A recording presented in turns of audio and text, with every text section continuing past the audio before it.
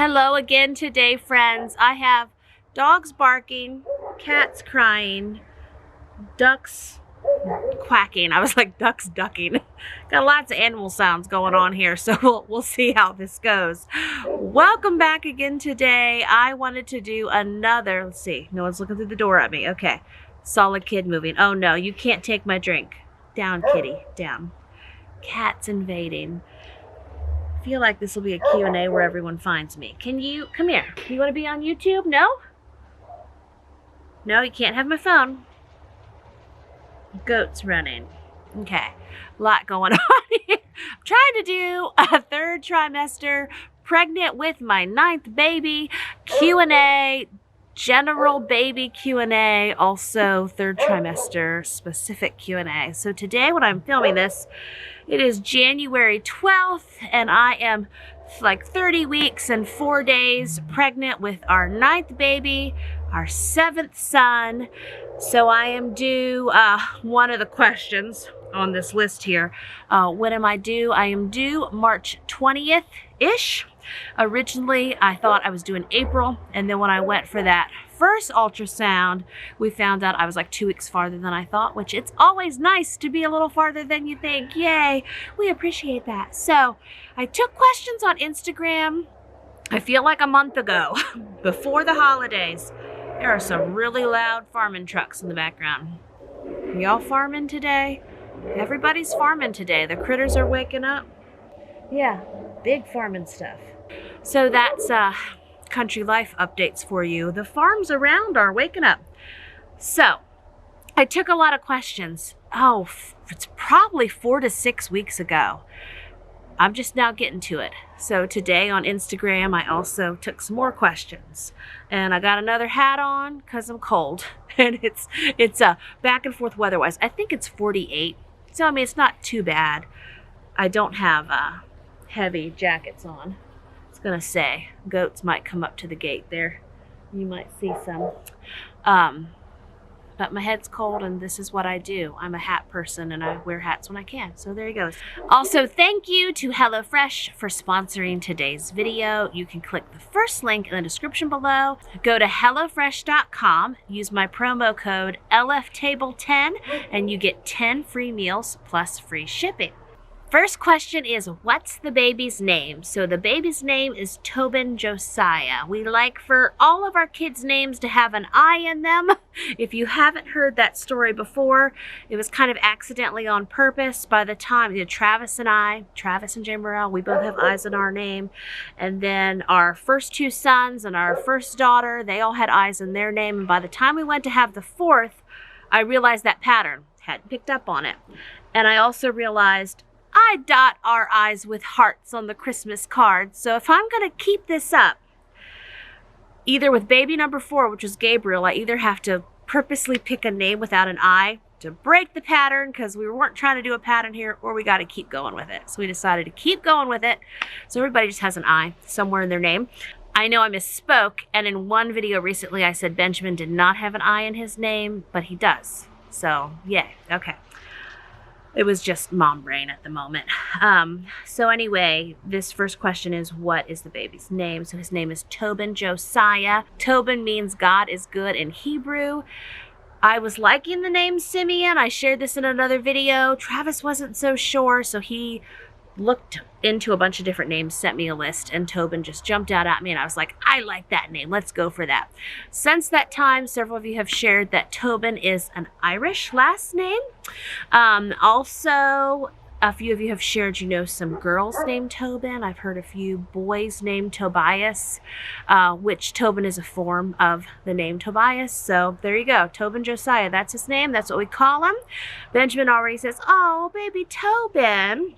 And whenever we look at his clothes and pick out, like, what's he gonna wear, on his first day and those kind of things, we talk about these are Tobin's things, and it's fun. Next question, Alicia asked, have you ever experienced severe morning sickness with any of your pregnancies? I am sorry to say, because I know so many mamas who have, I have not experienced morning sickness in any form. I just haven't. And my mom didn't either. I know it's a big thing, probably with a higher percentage of ladies than not. but I have never had morning sickness. I think, what was it? Maybe my pregnancy was Zion. I think I threw up one time random in the middle of the day, and I thought, well, that's not morning sickness either. It just didn't match up with anything. So I know for some women, especially women who've had a lot of miscarriages, they look for morning sickness to show that their levels are working out where they need to be.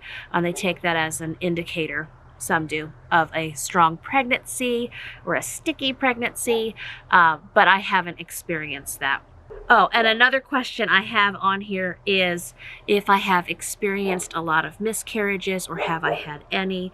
And to my knowledge, we have never had any miscarriages, but I've certainly have friends and family and have walked alongside other women who have, and it's always a very hard thing. Called to Cultivate, she asked me several questions here. She said, what do you like to do before baby makes, what prep do you like to do before baby makes their arrival? So I like to have some fresh baby clothes, and I get a fresh pack and play every time. I like the pack and play with the changing table and like the little extra diaper holder and such.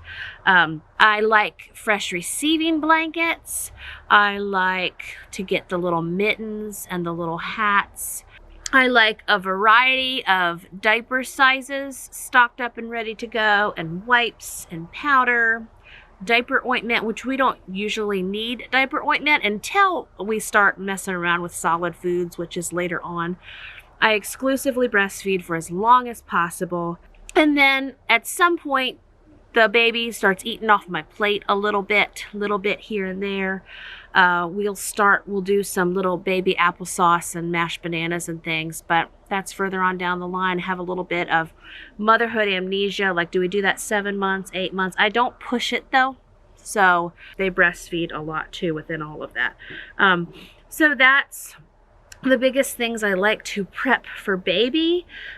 For myself, and I do plan to do a video coming up where I show you all of this. Let me know if you would like to see the things I'm describing. I thought I could pull out all the baby things I've bought and all the postpartum things I bought and just do a big, kind of like a haul, but see what I got for my 9th baby type of video. I like to have on hand after I have a baby.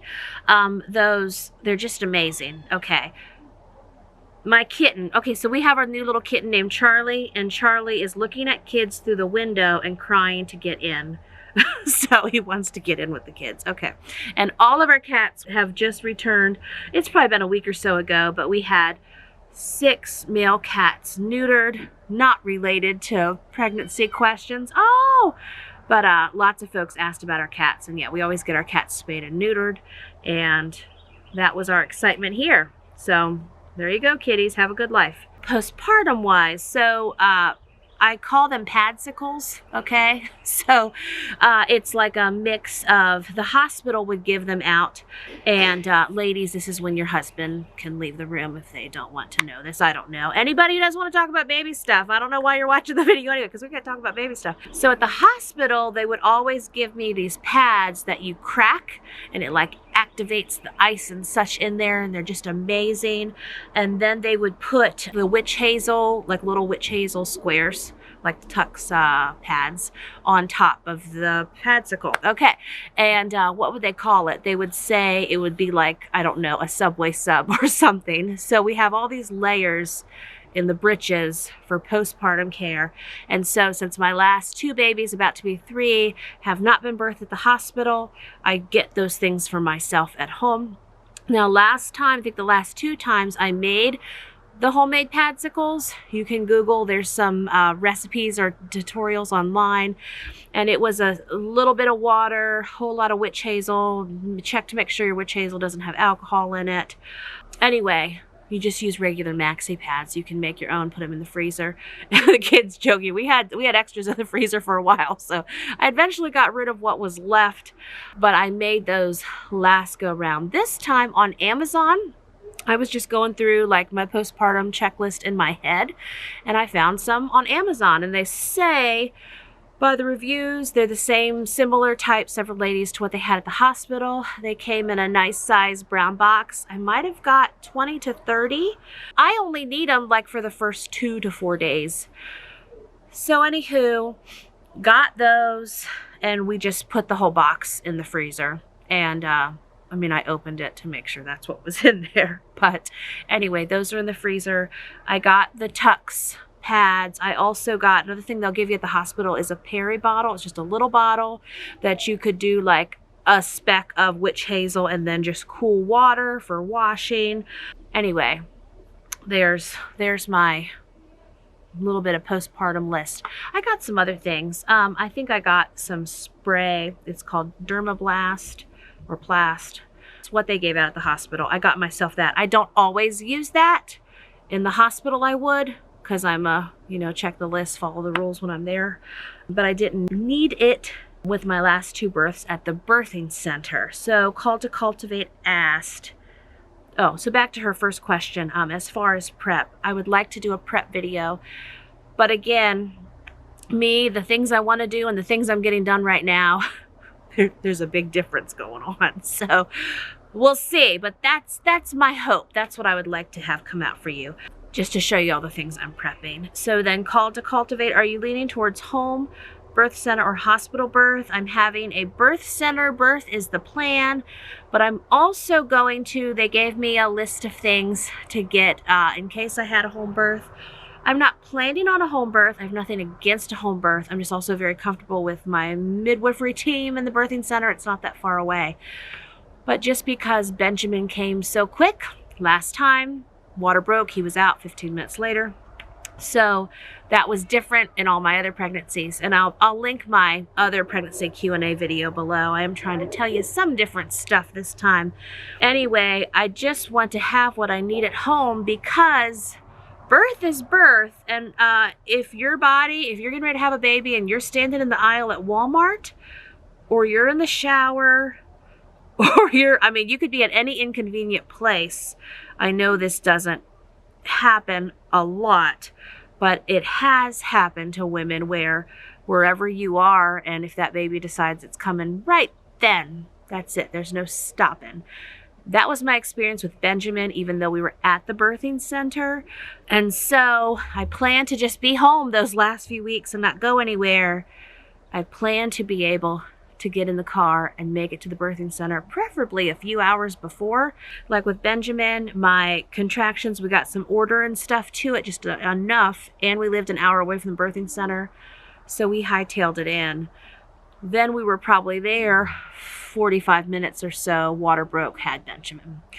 So it wasn't a long process. Your water can break and it can be quite a long time before you have the baby, but because of that experience, just want to have what the midwives would need to have. If I have to call them and say, okay, I'm about to have a baby in the shower and I can't move, or if I'm saying I just had the baby and I'm holding him, and they had to come over, what other things would I need to have on hand? They have stuff too, but there's a list of things I could also have. Okay, so best postpartum recovery tips. I just laid down. Obviously, my feet are up. I'm holding my baby. I'm nursing my baby. I'm reading books. I'm watching movies. I'm eating a whole lot. So, believe it or not, I just rest a whole lot. I don't lift anything. I don't do anything. It's the classic, don't, only lift your baby. I'm just holding my baby. I'm not going anywhere. I'm just doing the new baby stuff. So, yeah, that's all I do. It's not that complicated to me. I just lay around and nurse my baby. One thing that you can do as far as a postpartum recovery tip is you have baskets of things everywhere, but you can have a postpartum basket by your bed or 2. You could have your favorite books in there, your favorite postpartum snacks. Like I say, as soon as I have a baby, like I want a sub, I want peanut butter graham crackers. I am hungry, so it's feed the mama. So anything that can be close to me, easily accessible. Now I do have, many hands make light work. I can say, hey, get me this or get me that, and everybody's helpful. I usually send Travis to Tropical Smoothie during labor or after to get me their peanut butter cup smoothie. And they have this, what is it? Oh, it's so good. It's like chicken and hot sauce. It's a wrap. It's probably just a barbecue chicken wrap.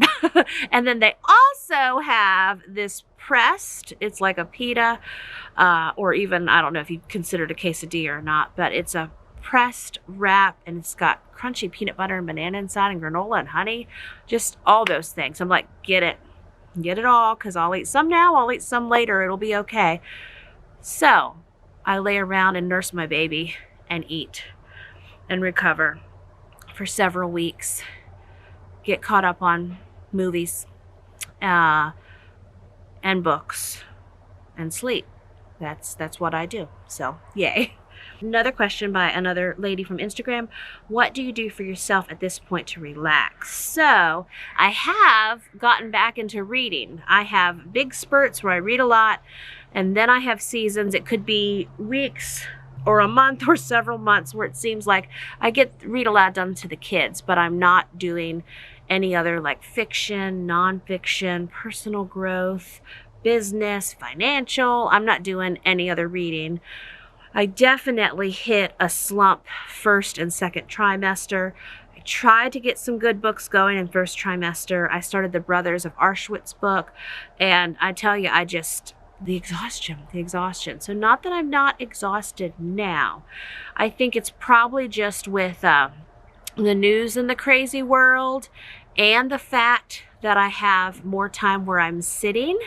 I'm getting more reading done. And so it was probably a third of the way done with that Brothers of Auschwitz book before I set it down months ago. I picked it up probably 4 days ago, and I finished it last evening. A lot of that also has to do with I took a long time to rest and read yesterday. So I was able to just really rip through, I don't know, the last 150 or so pages. But book review. So that ended up being an excellent book, and I'm glad that I jumped back in and really dove into getting that read. There's also times in the evening by and this isn't like every evening just like this, but something that happens a few times during the week is, it could be 7 or 8-ish, and I'm just, done. And so I'll tell Travis I'm going to go lay down now, and I'll say a couple episodes of House Hunters on my phone, and I fall asleep usually by the second one, wake up in the middle of the night, and have to rewind all the ones I didn't see. I have to go back in my Amazon queue there and make sure, and I don't want to miss episodes. So that's something else that I do. I listen to a lot of Dave Ramsey on the podcast on the app, and the whole Ramsey personality team. I could do a commercial for the Ramsey folks. So that's something else that I do, and that is relaxing to me. So I can sit and listen to that. I can sit on the couch and read or listen to a podcast at different points during the day. Kids will come to me. I can help them from my seat on the couch. So there you go. Someone else asked any more complications, and there were a few more along those lines. I was thinking I was having some pregnancy complications. I didn't come back in another Q&A video and update you all on my thyroid. I apologize for that. I think I've answered the question in comments a lot, though, on YouTube, Facebook, and Instagram. And I believe I might have mentioned it in some videos that my test results came back. They were thinking early on that I was having hyperthyroidism, where that's where your thyroid is just running too fast. And there's usually just symptoms. I didn't match any of the symptoms, really. Hi, Charlie. Didn't match anything. But anyway, the numbers weren't working out. I hear ya. Go find a kid. You're good. Anyway, we were thinking, and see, I'm not fresh with all the emotions of it. If you watch my first pregnancy Q&A video, it was like the day I was going to the endocrinologist, and I had just spent 1 to 2 weeks getting pretty upset about this because I was getting odd bits and pieces of information. I was having to fill in the gaps. No one likes that. So that was more of an emotional complication, because then it turned out It had to do with because I was over, but if I was really in a different trimester than they thought, and I did end up being 2 weeks further than I was, then really it's all okay. So I ended up falling on the side of really it's all okay. And all of my numbers are fantastic. They were then, they are now. I don't have any complications. I don't have anything in particular that I'm dealing with. I've taken all the tests. I'm good. So, yay. Praise the Lord for that. So, our Hive of 9 ask, do you put baby on a sleep schedule? What does your nighttime routine look like with a new baby? So, I don't do a sleep schedule. I've seen that word fly around the internet. I've seen moms discuss it. I know that the one of the pregnancy services I've seen locally offers to come over and I think they stay in the house and they will help parents with a newborn and sleeping situations and stuff. I don't even know all the details other than recently I was reading briefly on that. I was like, oh wow. Well, if that's a problem, then I'm glad there's some help out there. Okay, so for me, the way that it goes is, again, I don't have too many tricks other than breastfeeding and baby wearing. So I just nurse that baby all the time. The baby is either right on me or in his little bed right beside me. And when I'm up during the day, I'm wearing the baby or I'm holding the baby. And I just breastfeed the baby on demand. Eventually, about 4 or 5 months, the baby emerges like a little butterfly from the cocoon. We're like, oh, there's been a baby in that kangaroo pouch. Yeah, so that's all I got. That was also my mom's style of parenting with me. She breastfed me exclusively. I think I breastfed until I was 3 or so. All of my children, I have breastfed for 2 to 3 years. So yes, there are times where the baby's up and down, and I'm up and down at different points during the night. But I really feel like my natural breastfeeding, baby wearing, holding the baby, just my general mom style that works for me allows me to also get some sleep within all of that. It's not I don't think, except for one situation, which I'll share again here in a moment, I've never had a time where the baby's crying all night and I don't get any sleep all night and there's no rest whatsoever. Except last time, so it has happened, baby number 8, Benjamin, he was fine until my milk came in. And then as soon as my milk came in, he cried and cried and cried. And I just remember it being like 2 in the morning and he's still nursing for a little bit, crying, nursing for a little bit, crying, go to the, nursing a little bit, crying, nursing a little bit, crying. Hadn't experienced that. And we were up all night and he could not get a good latch. We were struggling. And I was thinking, tongue tie, this must be what a tongue tie is. Took him into the midwife the next morning. They assessed him. They didn't think he had a tongue tie, but a possible lip tie. Got a breast pump from the hospital. I used to have a Medela breast pump when I was breastfeeding Naomi and working weekends as a nurse. I don't know where that bad boy is anymore.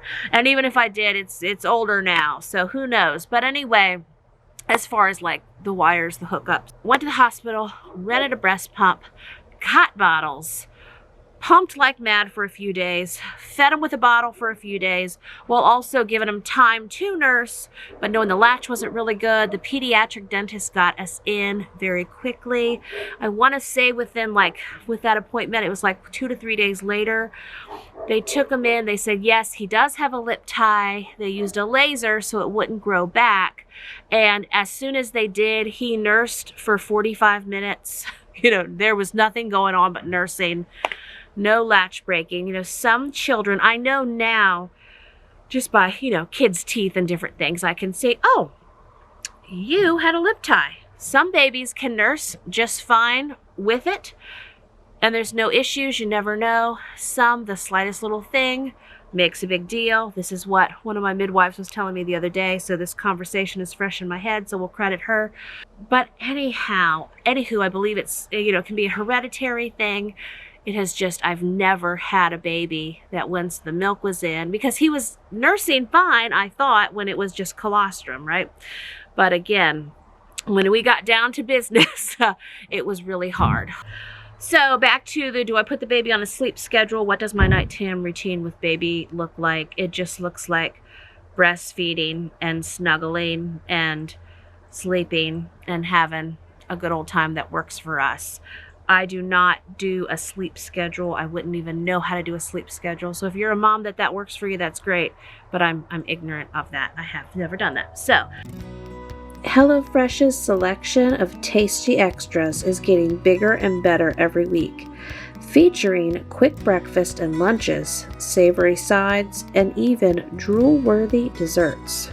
Be on the lookout for even more quick and easy meal solutions like oven-ready and 10 to 20-minute meals, perfect for making cooking fit more into your New Year's resolutions. And I'll say, on this evening, I'm making HelloFresh's fantastic skillet shepherd's pie, which the whole family gobbled up. A few days later, now I can't remember the exact name of it, but Liam did. We ate it all. There's hardly any left.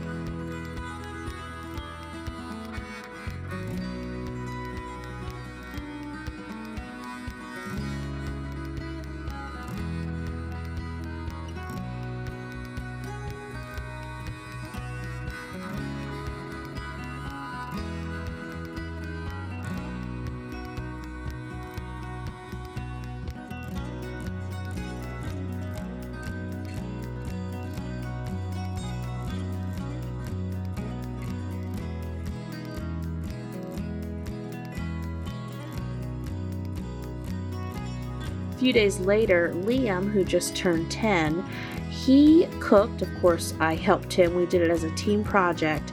He cooked these wonderful, I'm gonna botch the name, it was like a baked pork taco with some of that fantastic lime crema sauce that HelloFresh includes in certain recipes.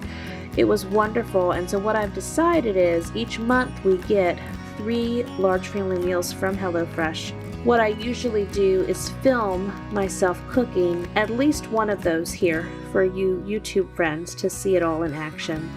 And I'm going to rotate different kiddos each month cooking along with me the other HelloFresh meals.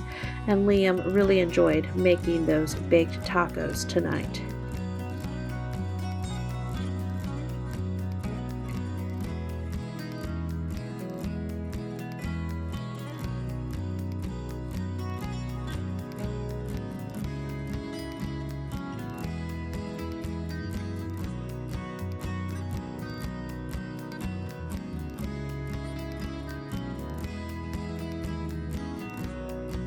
So, HelloFresh is flexible and fits your lifestyle. Add extra dinners or lunches to your weekly order. You can throw in extra proteins or add in yummy meal complements like HelloFresh's best-selling garlic bread. Go to HelloFresh.com, use my promo code LFTable10, and you get 10 free meals plus free shipping. Another mom asked, how do you stop or prevent your house from looking like a tornado lives in it? So I don't know how many kiddos or the ages of the kiddos from this mama who's asking that question. If it's all a bunch of younger kids, you know, like 5 and under, 6 and under, all those different combinations, or, you know, a couple tornado toddlers, then it's all on the mama, and you're training children how to be helpful and pick up their toys and such, and it's a slow season, and that's what you're dealing with. As kids get older, everybody learns to help. We usually have, my big rule to start each day fresh is we go to bed with today's messes cleaned up in all the main living areas. Of course, everybody has different little, life explosions, right? Because my desk is like that. But all our main living areas, kitchen, dining room, living room, hallways, bathrooms, everything is cleaned up fresh and ready for the next day by bedtime. So that when we wake up the next morning, we don't wake up to today's mess. And all the moms said amen. The next morning, as I'm filling out the whiteboard for the day, if bedrooms need done, everyone does a thorough cleaning on their bedroom every 2 to 3 days. If it looks like it's a bedroom day, then we will start our day once kids get up and we get the day rolling. Usually before breakfast, I'll say, okay, everybody work through your bedrooms real quick. I have their closets organized. We got baskets, we got labels. I'll say, usually 2 to 3 times a week, I have to look at the boys and say, check your closet. Check your closet, okay? There's someone's pajama pants in a jean basket. That's not okay. Fix it real quick, right? And they can do it within a few minutes. Not trying to talk too much about bedrooms per se at this point, but something like bedrooms would be something that would go on the whiteboard for the following morning. If I notice the night before, we need to do a general 15-minute or so pickup here. Laundry is something that we do throughout each day. So we shuffle several loads, and I think we've got 1, 2, 3, 4, 5. We've got at least 6 human beings in this house who can shuffle laundry at any time. So if I can't do it at that point, I usually start my day by going out and getting my coffee pot going, and then I go and get the laundry moving. And then I usually spray down my refrigerator, microwave, stovetop, get those things, get any last little marks, get those fresh for the day, light a candle. Then I go to my coffee. You weren't asking me about morning routine, but this is where I go, right? Then I'm coffee, Bible time, journal time, get rolling from there. When I get to my whiteboard, as far as taming the tornado in the house, I'm going to repeat that to keep myself on track. On the whiteboard, I'll write a few things down each morning that's specific to that day that needs to be done. Like maybe I see, okay, in the morning, but if we have gotten behind in laundry, let's say the day before, busy day, or we were out or what have you, didn't get any done. And then I can say that morning before we start school, okay, everybody real quick, take a basket, process the laundry, get it put away. 1 basket each. Now that might be 5 or 6 baskets. It seems like it's more 3 or 4 whenever I'm like, everybody take a basket. But they're able-bodied folks. So then we're able to jump into our school and go from there. Now, usually during school time, as different kids finish multiple subjects, I can then, different needs that have come up in the house, and I'm still working with some other children, I can tell kids. I know this messes with different people's minds, depending on, just what kind of box checker and such you are. I love making lists. I love crossing things out, but I cannot do, this is me from the depths of my soul, I cannot do a pre-scheduled out list. It doesn't work for me. I have to do it specific to the day. So there's a little tip for you. Do what works for you, okay? If you can do a rotating cleaning list, I know my friend Ashley Buffa from Freedom Moms, she has shared multiple times. She puts her kids, she's got 10 of them, on a job, and they stay in that area, I believe, for a year until they're fully trained. So again, go look over on Freedom Moms if that's your jam. That sounds wonderful. But for me, as far as taming the tornado, each day is unique to the things of that day besides our basic routine structure. So as far as the tornadoes that will happen when you have a lot of people or little people living in a house, I write out the best I can in the morning. And then again, as the day goes on, when we have those natural breaks, like a kid just finished spelling, English, and math, and they want to go have a trampoline break, that's awesome. Go check the living room real quick. Make sure, maybe we had a toddler breakout in the living room or what have you. check the living room, do a quick tidy pick up there, and then you can go jump on the trampoline for 20 minutes. Grab a banana on the way out. That's how we roll around here. So you will find natural rhythms in your household that work best for you. And it's also okay if they don't match all the other moms that you know, because it's unique and specific to your home. Another mom asked, 2 questions just came in similar and they're back to back. Do you still get nervous for labor? With number 1. And another one asked, are you nervous about birth? This is baby 7 and I'm due today and I feel so anxious. So I think the anxiousness and the nerves comes along with it. I feel like now, since I have had 2 natural births, you know, my 6 before that were at the hospital with epidurals. My epidurals work great. So mama who is expecting number 1, you know, that's all I knew for the first 6. All those worked out. I had no complications. Things went how they were supposed to. My last 2 births have been natural births, as this one will be, Lord willing. And since I've been through the natural process 2 times, I can kind of trust the process even more and know what to expect and know that it's all over fairly quickly once things really get exciting. So I will be getting, we'll say, anxious and just ready to meet the baby, and also feeling huge, you know, and I always feel like just a balloon, right? And so, and actually last time with Benjamin, when my water broke, just interesting pregnancy stories, my eyes were closed, I was having contractions, and I saw a balloon, like a red balloon in my mind, pop, and my water broke. Just interesting, huh? I would say trust the process, know that the Lord prepared your body to do this. If you can read, I have some really good natural birth midwifery type books right now. Cannot think of the name of them. This will be so scattered if I try to say it. But I have read many. It's a natural, it's like, and you who know are going to be like, Jamerrill, you're chopping this.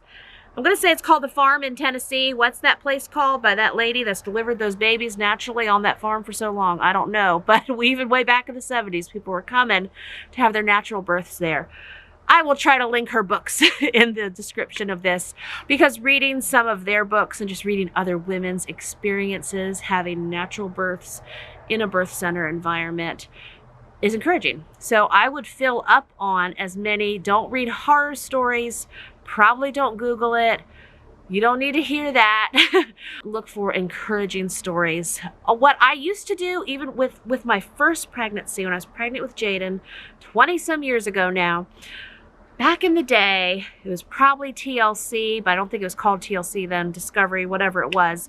The Bringing Home Baby shows, I don't even know if it's still on, but because I had never had a baby before, this was all Greek to me. And so I watched, you know, the little story, the family getting the nursery ready, and the mom going into labor, and the mom having the baby, and then bringing home the baby, kind of like a baby version of House Hunters. You know, this is where my mind goes. I would watch those every day, and those were encouraging to me to just kind of see the whole process and to see the mom getting ready and going into labor and how she walked out her story. It was very encouraging. So there you go.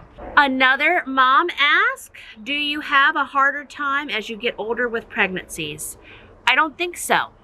This pregnancy does not feel any different than any of my other pregnancies, other than each time I have more experience. And then of course, like last time, Benjamin not being able to latch out of the lip tie, that was different. But I knew there was an answer, and we would seek solutions and we would figure it out, and we did fairly quickly. So I don't have a harder time. I am exhausted the first trimester always. The second trimester, there are days I have more pep, and still there's days where I don't. But many more days where I'm like myself and I got some pep going on, and, you know, let's get these things busted out and get these projects done. Third trimester really kicks my butt. And by the last 6 to 8 weeks, which I'm going to be here any minute, definitely the last 6 weeks, I'm really low on how much I can do. But again, that's just pregnancy for me. So that's my within normal limits. So nothing has changed so far now that I'm 41 and pregnant. Another question is, how do you manage to do it all while pregnant? So, like all things in life, I don't do it all. My heart and my goal is to be a good wife, to be a good mama, to focus on these kiddos all day, every day. And of course, I'm also a working mom. So I have times where like I've got to sit on the back porch, but then we're going to do read alouds. And it's going to be evening here, 5:22. Kids are done with school. A lot of them are out jumping, and one we're going to cut it out, I'm sure, but had a kid hooping and hollering like a wild man around the house playing. I was like, hey, I'm working here, you know? So anyway, then we're going to read for quite a while, have evening reading time. Meaning we have a lot of flexibility in our life. This is the life that Travis and I have made decisions long ago to have. We decided long ago to be a full-time family where we are both home with our children full-time and to homeschool our children. Now, no, Travis wasn't home the whole time that I've homeschooled. I have videos I can link down below sharing more of our story. But meaning we have a lot of flexibility based on our life choices. But I also know what it's like to work 40 hours a week outside the home and homeschool and juggle lots of little kids and have my husband working 70 hours a week outside of the home or have my husband traveling for work. You know, we've done a lot of different things, but for the longest time, we've all been home together and homeschooling and sharing the responsibilities and such. And so I have help at home and I hire out little by little here and there, and it's grown over the years, different aspects of my business to keep me doing the things that only I can do and to hand off other things that I don't have to be doing. So I'm a big believer in investing in other people, giving other people opportunities, and going with my own strengths. And again, only doing the things that I can do, letting other folks do the things that they can do. Another friend on Instagram asked, not pregnancy related, but homeschool related, when you homeschool your kids, are they still able to go to university with those qualifications? Yes, they are. Yes and amen. Homeschoolers are accepted to all the universities within the United States. Even I have homeschooled friends who went to Oxford, so there are no limitations. They've been in the Ivy League schools, they've been in the community colleges, been to the trade schools, and they go everywhere everyone else can go, and homeschooling is not holding them back. So, do you have a nursery ready? So I don't do a separate nursery. I did a nursery for our first baby, and I only used it every day. How it ended up going when he's an infant was to change his diapers every day.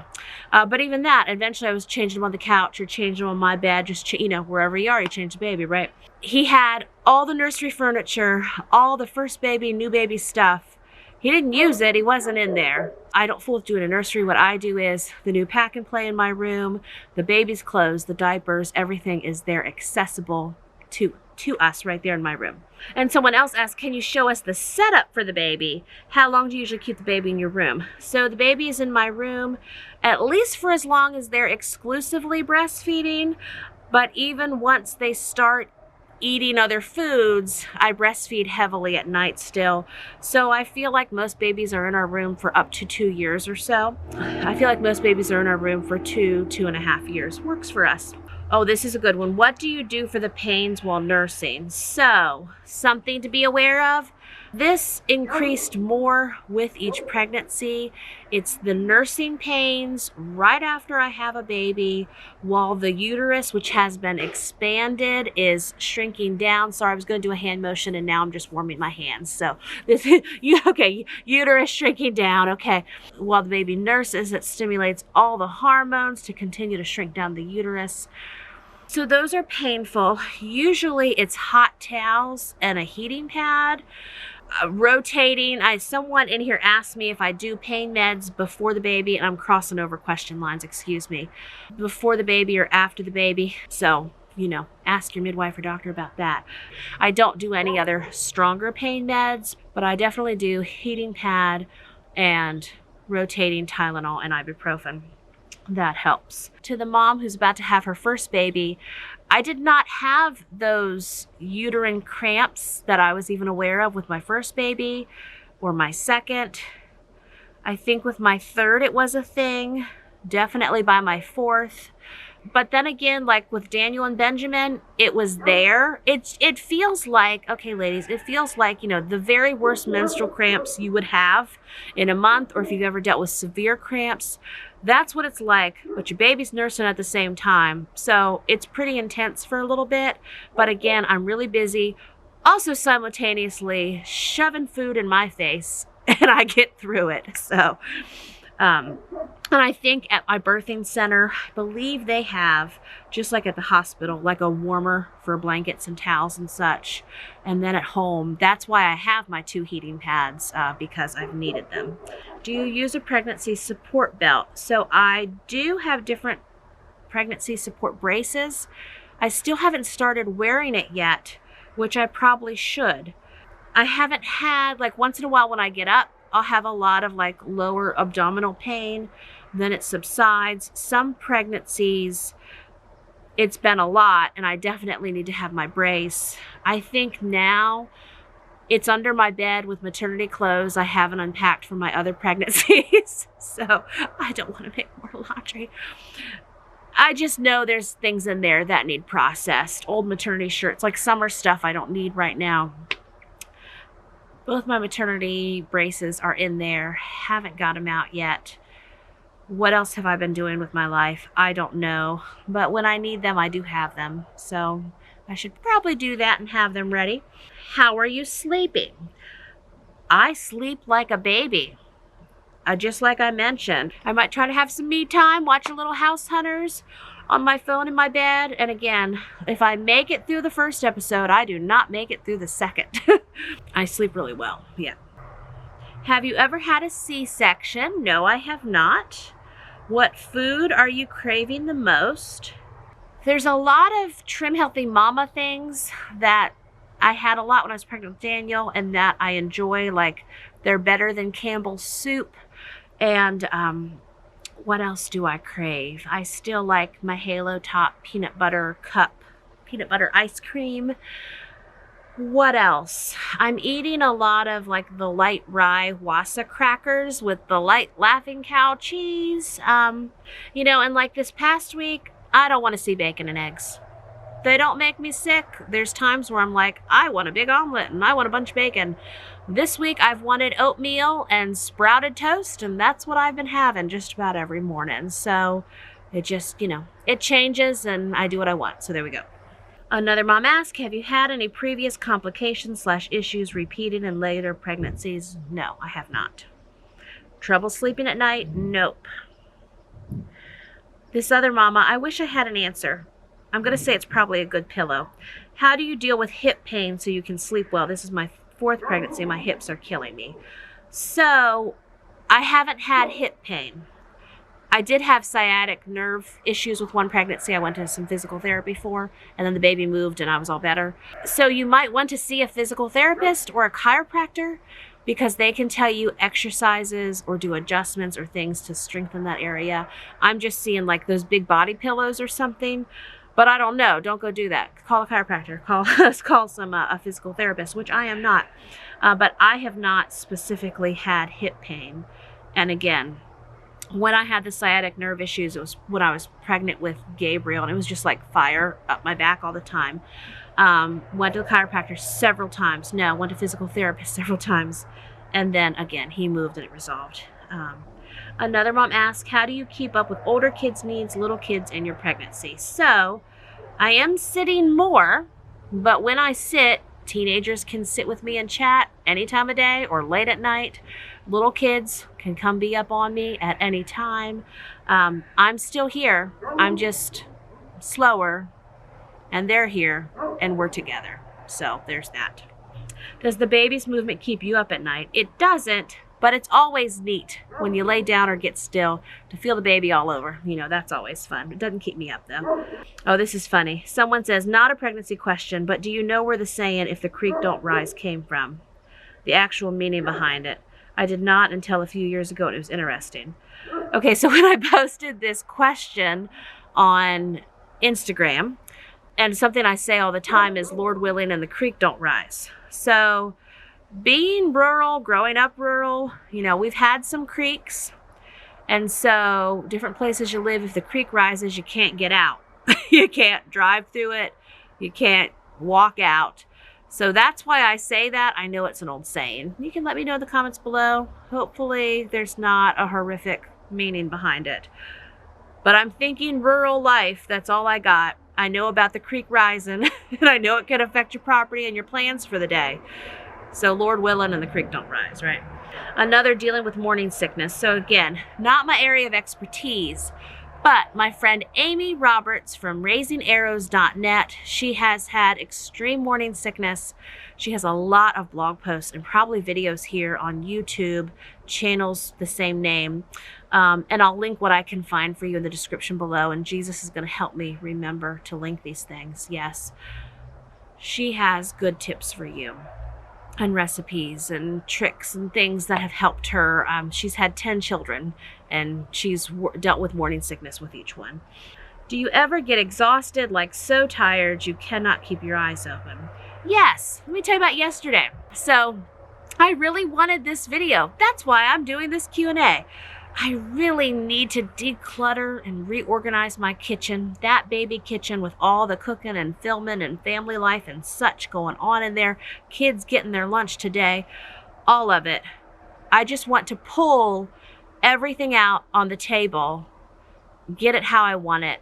Just get another home for the other stuff somewhere in the house or the basement or hall closets or whatever. All that to say, yesterday my perfect plan was, I thought, well, about 2, kids will be, some kids will be done with school, some kids will be in the middle of school or nearing the end. I'm going to, which again, also times depend on the day, but I was just thinking yesterday, about 2, I'm going to take about 3 hours and I'm going to go through that kitchen.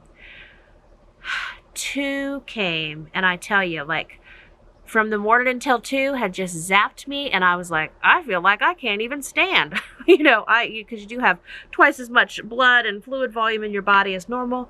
I'm like, Sometimes it hits me like at 4 or so, but it hit me at 2 yesterday. I was just like, there's no way I can stand in this kitchen now, let alone for 3 hours, and reorganize the whole thing. That idea just went down the drain.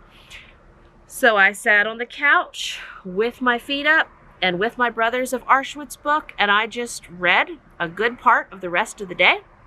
And kids were right there at the table, brought me the things they needed. We didn't do read alouds when we were done. Kids went their own way. I just sat there and kept reading. Dinner was leftovers. We brought in leftovers, heated up plates. I just read till bedtime. So I didn't need to nap, but I was just exhausted all the way around. Again, I also think it's some emotional exhaustion from the world that we live in at the moment, right? So getting off of Facebook and not checking in, that's helpful. But I just think I was physically and emotionally drained, and I just read a book about the Holocaust instead. That was relaxing for me. How has homesteading been while being pregnant? So I have not started any new projects homesteading wise while pregnant, other than we got that fencing done. But I mean, I wasn't out here rolling out fence and such, but I was saying, hey, let's put that gate here and this gate there. My mom comes every couple weeks and does more. We have a rescue pony we've been rehabilitating. He's getting his fat pads and going through lots of healing. So my mom comes and works with specific things for the children with him and gives them assignments and things to be working on until she comes back and such. So I'm not doing a lot of that. So I'm not doing that other than overseeing. Goats are there eating leaves. Chickens and ducks are yonder. You hear the dogs. We just had the cats neutered. But I'm not grinding corn. I'm not canning. I was hopeful that maybe I'd get some canning done this winter. I've got my stuff to do more of it. Haven't gotten to it. I'm not pressuring myself. So there you go. The garden is back that way. I had mentioned in another homesteading Q&A video, maybe we'll put the garden over there, right over there this year. But I'm also thinking, I've got an excuse. I might put my feet up. I might not worry with a garden at all this year. And then I say, oh, we could at least do potatoes. I don't know. I don't know. But the baby is going to be born basically as gardening season is gearing. And then I'm going to have 6 to 8 weeks of heavy resting, relaxing, baby snuggles, feet up. I'm going to at some point be working more and such during that, but I will at some point add in my work from home gentle routine with that. But I'm not butchering birds this time of year. We don't have a cow. We don't have pigs. I have said we would do pigs and a cow this summer, but I'll let you know. Again, I'm not pressuring myself. You're not pressuring me. I got some other things right now. We'll see how it goes. We're enjoying what we have set up. Right now, it's just, everyone needs fed. Different animals need put up and then let out. It's not a problem. So, yay.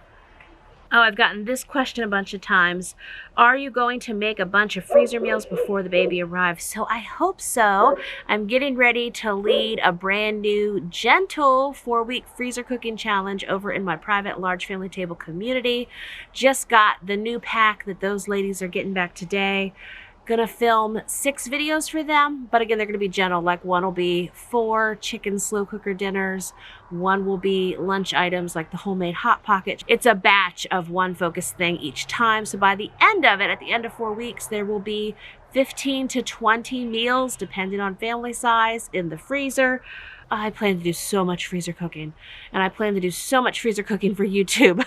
But it could be like yesterday when I stood in that kitchen and I was like, I'm gonna sit and read now. So, fingers crossed. There's a belting of a sheep. A sheep making its noise way in the background. It's not one of mine. So, yeah, mine are just eating leaves still. Anyway, that's the plan. We will be doing a lot of postpartum freezer meals. And what was really helpful with Benjamin is I did so much freezer cooking early on in the 3rd trimester that by like those last 6 weeks where I was so done, we used a lot of the freezer meals towards the end of my pregnancy. Then we had a few weeks worth for after I had him. And then I think my first freezer cooking video, he might have been 6 weeks old or so after that. But again, like you see me cooking a lot of food, but I really do like stop, put my feet up, nurse the baby, take a nap. Different videos I have filmed where I'm doing freezer cooking while I'm pregnant. I will stop and take a 3-hour nap. No shame in that game. So I don't push myself relentlessly with it. I get it done. Sometimes it'll take me 4 days to cook one of my large family freezer cooking packs, where at the end you'll have 40 large family meals, but I do it gentle over a few days. In the guide, I have it where you can, prep one day, get it all done the next. But if I can't get it all done that next day, I just keep on working at it, right? Keep on doing the next thing. Another question, will you use a doula again for this birth? So I will use a doula. And I realized like a week or so ago, my doula that I love, that moved away from me, so sad. She moved to another state. She couldn't help it. Anyway, I needed to get another doula if I'm going to have one. So I believe that I have found one. I'm going to meet with her next week. There's really, you need to meet with your doula once or twice. I'm sure you can meet with them as much as you would like. But the doula I had last time, which was the first time having a doula, and I think everyone should have a doula every time. We met once, definitely. I don't think we met twice.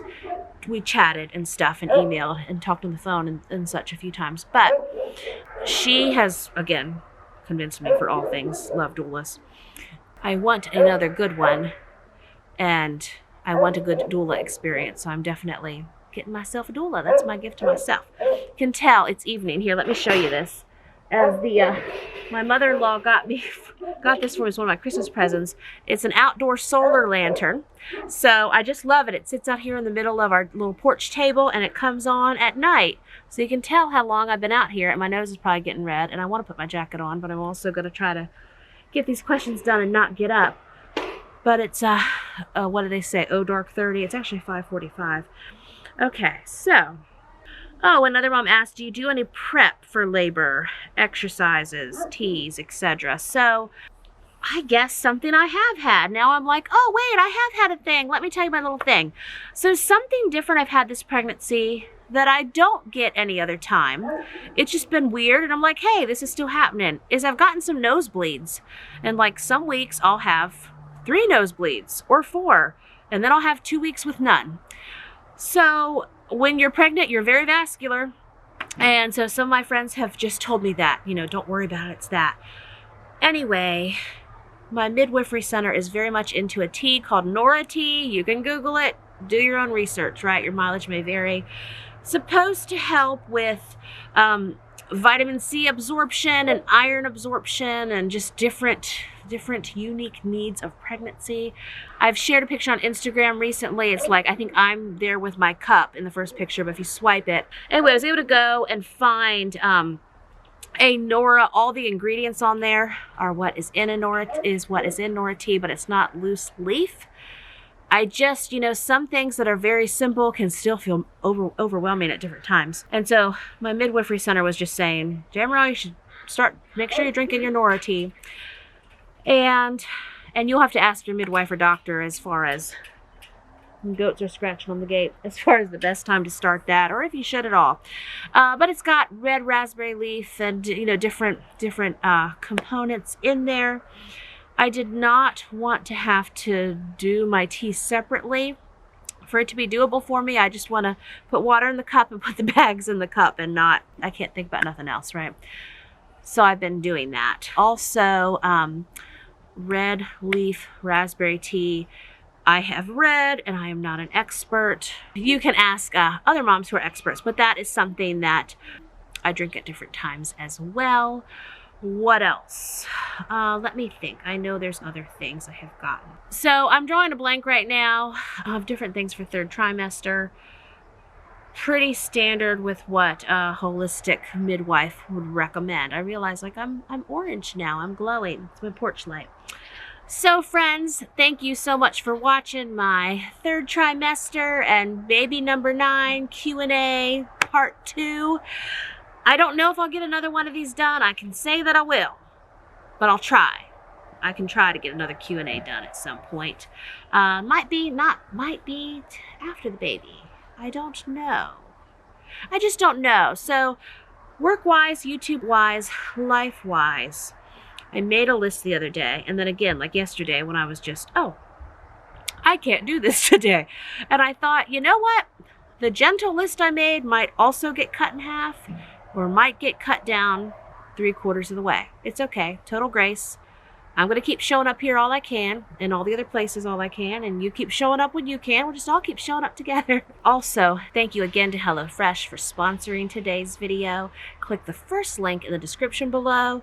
Go to HelloFresh.com, enter my promo code LFTable10 to get 10 free meals plus free shipping. Thank you so much for watching. I will chat with you in those comments below, and if I'm slow, I get to it. That's something else I do. I lay there and I answer questions on my phone as I'm able, or if we're driving down the road. I see you, kitty. Oh, the ball baby's back. Okay. He must have lost his kid. Anyway, I answer questions as I'm able. Charlie, hold on. Come on. Have you been on YouTube? I think Charlie's been on Instagram. I don't know. Has he been? He's little. Oh, but he's neutered already, aren't you? You little. I know. I want to say he's 12 or 13 weeks. Yeah, just ballin'. So again, that's HelloFresh.com and my code LFTable10 to get 10 free meals, including shipping. And I will chat with you in those comments below. This is just like a Southern goodbye. We're going to do it 2 or 3 times, right, friends? And I'll see you real soon. As soon as Charlie will let me, as soon as I can possibly muster, with another brand new video. Bye-bye.